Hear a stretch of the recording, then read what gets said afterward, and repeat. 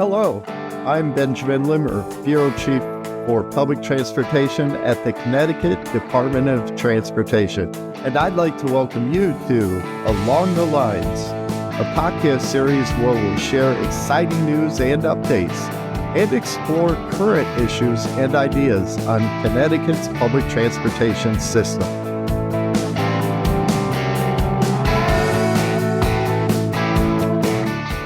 The dog days of summer are here upon us.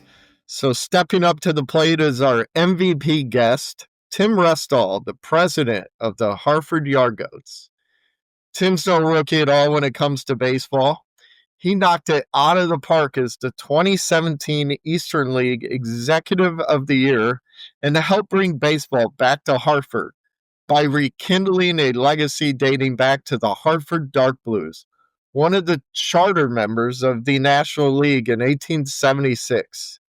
In today's episode, we'll explore how easy it is for fans to hop onto public transportation to reach Dunkin Park, dive into the vibrant new neighborhood emerging around the ballpark, as well as dive into why being a great corporate citizen is a winning strategy. So grab your peanuts and Cracker Jack and join me as we welcome Tim Restall for what is sure to be a home run episode. Thanks for joining us, Tim.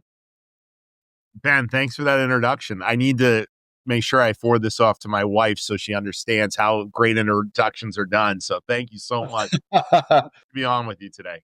So, Tim, I've shared with you I love minor league baseball, spent childhood going to Toledo Mud Hens games. So I'm well-versed in good ballparks, but Dunkin Park won Best AA Ballpark award a record 4 times. And the Yard Goats have also won Minor League Baseball's Organization of the Year just last year in 2024. What makes going to a Yard Goats game so awesome? It's a great experience. And, you know, whether you're a baseball fan or not, the experience when you come to Dunkin Park is unlike no other. So from the sights, the smells, the experience once you walk into the gates, it's a phenomenal time. And we're always trying to figure out ways of making that experience better. I often say, we're in the business of putting smiles on people's faces. So finding new ways to do that in the ballpark, whether it's a new food item, a new promotion, a promotional giveaway, the fireworks, whatever the case may be, the goal is always to put a smile on someone's face. So yeah, we try to do that. And Toledo is a great ballpark. I know we talked about Charlotte, but I think one of the things that separates us here in Hartford is our fans, and that is such a great opportunity for fans to support the team, and was able to vote us best ballpark, minor league ballpark for 4 years in a row. Yeah, you're right about Toledo and Charlotte. What I love about Dunkin as well as Charlotte's baseball stadium is it's right downtown. There's a lot to do around, and you get good views and all the other things. So speaking of location, mentioned Dunkin is conveniently located downtown, but it's also conveniently located near public transportation, both buses and trains. We have CT Transit bus service nearby, also CT Fast Track, which is the bus rapid transit route. Bus customers can be dropped off just a couple blocks from the ballpark. Even fans from a greater distance, like Springfield, New Haven, can take CT Rail to Hartford Union and can either take a walk or transfer to a bus and go to the ballpark. Tim, how do these options improve keeping smiles on fans' faces? Yeah, the idea is you want to make it easy as possible for fans to come to a game, right? So whether they're walking, riding, biking, driving, taking public transportation, you always want to make it a great experience. And being in downtown Hartford and having access to the buses and trains and being walking distance from the train station and being on, having a bus stop right in front of Dunkin Park, it's so important because you don't want barriers for people to come to the game. You want to make it as easy as possible. So besides having affordable tickets, making sure that it's easy to to get to the ballpark. And we see that as huge benefit where a lot of other minor league baseball teams, where maybe they're not located in the downtown, do not have the, I want to say the asset of having public transportation there. And, it's funny. I do a lot of informational questions as I talk to fans, like where do they come from? And I remember speaking to someone from Springfield, and they said we took the train down. It was great. It was this long. It was, the price was. I remember him telling me the price, and I was like, "That's it." Like it was cheaper than driving, right? Like so, it was such a great experience, and be able to have that for our fans is a home run. That's awesome. Promise I won't talk about Charlotte the whole episode. But when I lived there, I lived in a condominium a half a block away. That was pretty new. But there's been a ton of new developments around Duncan too. Lots of buzz, especially the last couple of years. Can you share your thoughts about all of the new projects sprouting up, as well as the ones that are on the books upcoming, enhance not only the game day experience, but also the community around the ballpark? Absolutely. So I'll put them into some ballpark terms, right? So in right field, we have the pennant, and that originally was a parking lot that was converted to apartments. And Construction, Randy Salvatore developed that, and that has been great. And one of the things I often talk about is when that came online, I pull up to the ballpark on a Sunday morning. We didn't have a game. And I was literally, what was just checking on some things at the ballpark. And all of a sudden I see someone walking their dog.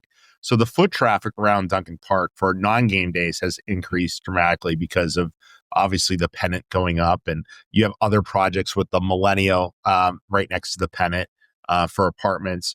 And going around the baseball field and on the first base side, there's brand new construction on Main Street with Randy Salvatore with right on Main Street, which is that building is flying up and parking garage is up and the apartments are going in. And on the third base side, the old Rensselaer College is being developed into apartments, which is great. And I know the city made some announcements the last couple of weeks about left field and center field, the data center, that they are getting the funding to start that project. So literally all four corners of the ballpark is, being developed. And it's exciting to see that activity around the ballpark, because that was the original plan, was if you build it, they will come, and these processes and these projects will happen. Hey, that's great. Tons going on, and looking forward to living the full experience, to say the least. So, have there been any challenges during this huge transformation? Yeah. So, I mean, I don't, we don't, there's, I don't want to say, obstacles or anything, but, one of the things is that, again, we try to find different ways for fans to come out to the ballpark. And, we're in our ninth season in the ballpark, 10th with the Yard Goats. So, it's finding new and fun ways to come out and be relative. And that's some of the things that we do all the time, whether it's a new promotion, a new hospitality area, a new merchandise, a new t-shirt design.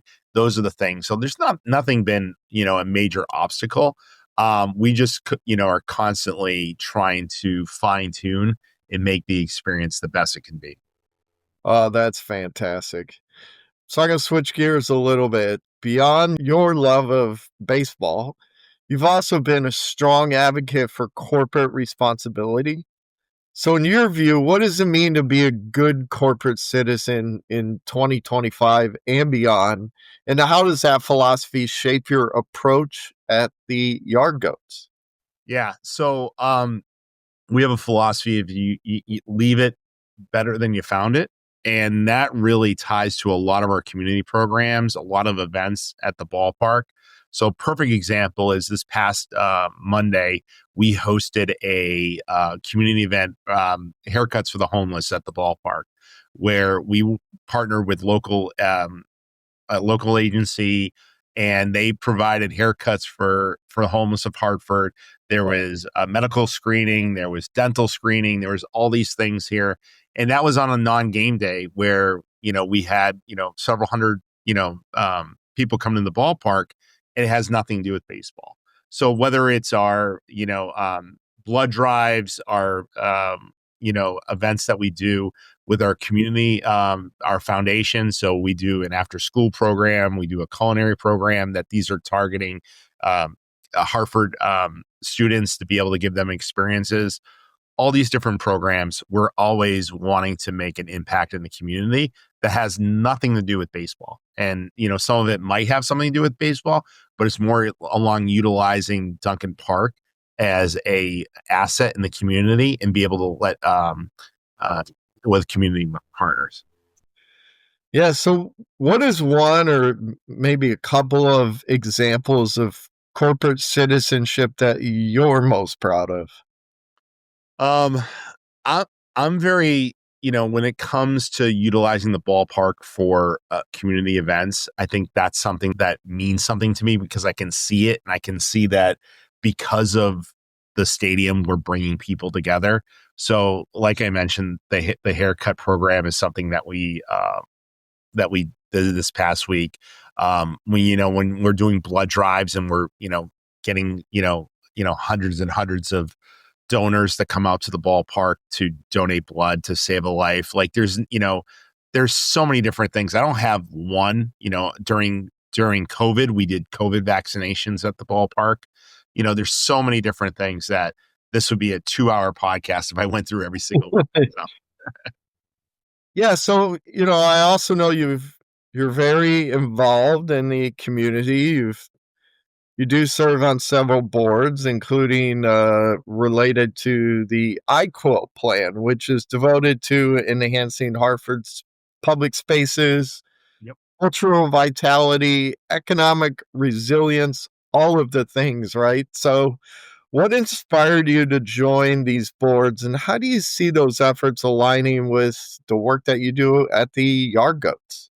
It's really just about giving back. It's really being involved and being able to, if there is a voice that we can give that can help the situation or insight, it's always something that we're doing. So, I know with iQuilt and when they're going over their plans, and we met with Jackie and went through um, the whole design and such of what they're trying to do. It's great to see forward thinking. It's great to see plans for the future where that's something that we want to help and support and obviously be part of, because this ballpark's not going anywhere, right? So to be able to assist in any way with our community partners, it's something that we definitely want to do. Absolutely. So back to urban planning type question. Share with you, I have a planning background. Do you believe there's an opportunity for sports teams to drive maybe broader social and economic change within urban areas? And how might the Yard Goats continue to be innovating in this space? Yeah, I mean, like one of the things that we often say is our goal is to bring as many people to downtown Hartford as possible, right? And I think that part of it is um, to let fans know that coming to downtown Hartford, to parking, going to the game, going to a restaurant ahead of time, hitting a shop on Pratt Street, coming up to the ballpark is something that we're always a proponent of. And so we just find ways of doing that. So from hosting graduations at the ballpark to high school baseball games to Yard Goats games, we're always trying to find different ways to bring people to downtown Hartford and then visit the local shops, the local restaurants, and then come to the ballpark for their event. Awesome. Great to hear. All right. It's the ninth inning, and I guess I'm calling in the closer. I'd love to hear your perspective, though. Looking forward, how do you see all these efforts enhancing public transportation, community development, expanding the arts, corporate responsibility? How do you see all those things shaping the future of local sports teams as well as the Hartford region at large? Yeah. I think it's exciting, right? Like, when you have a stagnant situation and you're not, you're floating and not swimming, right? Or you're not drowning. I think it's great to see the swimming. It's great to see the movement, to see, organizations support all the items that you just talked about, be really involved in those things. And that's good. I mean, that's what we want to see in our community, in our state, be able to support organizations, support community members, support, promotions and such. So it's something that we're really very fortunate to be in here. We don't take that for granted, and figure out ways that we can impact other organizations. All right, Tim, quick bonus question. I know the Yard Goats are your favorite minor league team. Who's your team in the majors? I love a lot of teams. I'm a Red Sox fan. That's a big piece of it. I've being from the Northeast and being from New Hampshire, that's where I you would go to my games, and I can remember, going to, Fenway Park and, parking, we lived in Waltham, which was not far away. So taking public transportation to Fenway Park was something that we did all the time. And it's very exciting to see that same thing happen in downtown Hartford. Things that you don't think about, when you're planning a game and you're planning on ways to, entertain fans. The great asset of having public transportation so close to the ballpark that, if you want to drive, that's great. If you want to walk, that's great. If you want to ride share, that's great. Or if you want to take public transportation, it's one of the great things about being in downtown Hartford. Absolutely. I am a Tigers fan, so I have taken the Detroit People Mover to and from the games there. But hey, Tim, thanks for joining me on this episode. I certainly had a ball, and I hope you did too. Thank you, Ben. I did. Let's go Yard Goats, and we'll see you guys at the park soon. Cool. Thank you. So there you have it. Public transportation doesn't just get fans to the ballpark. It also helps build a stronger, more connected community. Today, we explored the exciting transformation around Dunkin Park, highlighted Hartford's innovative efforts in blending arts and the community, and celebrated how the Hartford Yard Goats exemplify civic-minded leadership. Sports can be a powerful catalyst for positive change, creating a sense of identity and unity. And as we heard, Dunkin Park and the surrounding developments mark a step toward a more connected and more vibrant Hartford. Until next time, take an easy ride to the ballpark, enjoy the game, and root for the home team. I'm Ben Limmer. Join us next time for another episode of Along the Lines. Thanks for listening to this episode of Along the Lines. This is your host, Benjamin Limmer. If you've enjoyed this podcast, please remember to subscribe and share.